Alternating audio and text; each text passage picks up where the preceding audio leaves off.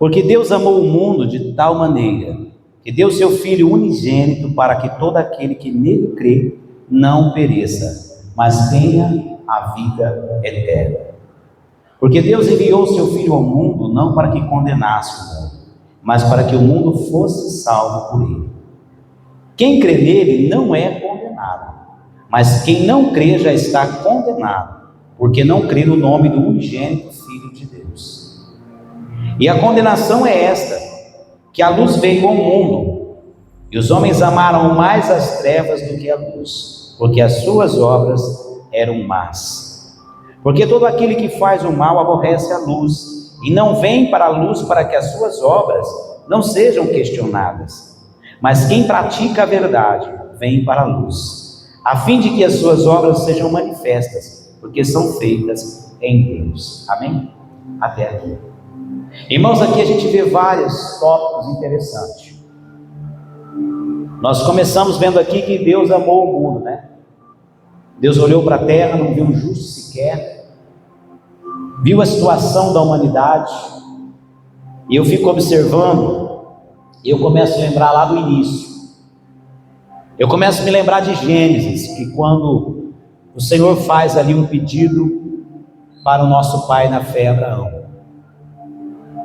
E Abraão não negou o seu único filho, por amor e temor a Deus. Abraão não negou o seu filho. E eu vejo que Deus ali fez uma promessa para Abraão, e ele disse para Abraão: Abraão, em ti serão benditas todas as famílias da terra. Todas as famílias da terra. Deus faz uma promessa para Abraão, o tempo passa, as coisas acontecem, e os homens a cada dia se afundando mais no pecado. E Deus olhou e falou: eu preciso fazer algo para manter a minha promessa com Abraão. E assim como Abraão entregou o seu próprio filho, Deus também fez isso. Amém? Mas ele precisava fazer algo extraordinário. Ele precisava fazer algo diferente, né? Eu estava lendo agora há pouco aqui, em João 10, se você puder abrir tua Bíblia aí, você já está em João 3, vai um pouquinho para frente. João 10, o Senhor faz algo aqui maravilhoso, quer ver? Aleluia. João 10 diz assim, o versículo 1: na verdade vos digo que aquele que não entra pela porta no curral das ovelhas, mas sobe por outra parte, é ladrão e salteador. Queridos, eu vejo aqui um mistério interessante. Eu nunca tinha prestado atenção nesse versículo, e depois eu meditando, o Espírito Santo trouxe a revelação. O que é a porta das ovelhas? O que é a porta das ovelhas aqui nessa terra?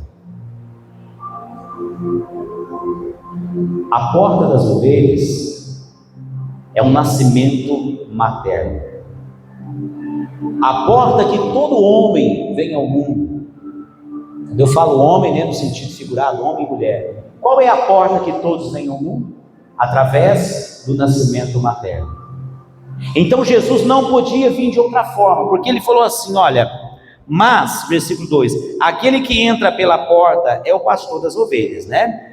Ele diz, na verdade digo que aquele que não entra pela porta no curral das ovelhas, mas sobe por outra parte, é ladrão e salteador. Então ele estava se referindo a quem aqui? Ao inimigo das nossas almas. Porque o inimigo não entrou nesse mundo de forma legal. Ele não entrou nesse mundo de uma forma legal, né? Pelo contrário, ele esteve aqui de uma forma ilegal. Mas Jesus não. Jesus entrou de uma forma legal nesse mundo. Ele veio com uma legalidade. Olha que interessante. E ele pagou um preço na cruz pela nossa vida. E nós, pregadores, né, muitas das vezes temos o costume de perguntar, quando a gente dá um sermão na igreja, quando a gente fala da palavra de Deus, a gente pergunta assim: quem aqui quer aceitar Jesus? Né? Você já foi em alguma igreja que alguém fez essa pergunta? Sim ou não? Quando eu comecei lá no passado, quando eu fui na igreja, a primeira igreja que eu fui visitar, após a pregação, o pastor fez aquele apelo lindo, né? Ele falou: tem alguém aqui essa noite que gostaria de aceitar Jesus como Senhor e Salvador da sua vida? Eu fui lá na frente. Mal sabia eu que não era eu que estava aceitando a Jesus, mas Ele que estava me aceitando. Amém? E se você está aqui essa noite, é porque Deus tem um propósito na tua vida. Talvez você poderia estar em qualquer outro lugar, mas você está aqui essa noite, é porque o Senhor te escolheu. Amém? E eu costumo dizer aos irmãos que caminham comigo, que escolhido não tem escolha. Amém? O apóstolo Paulo, ele dizia: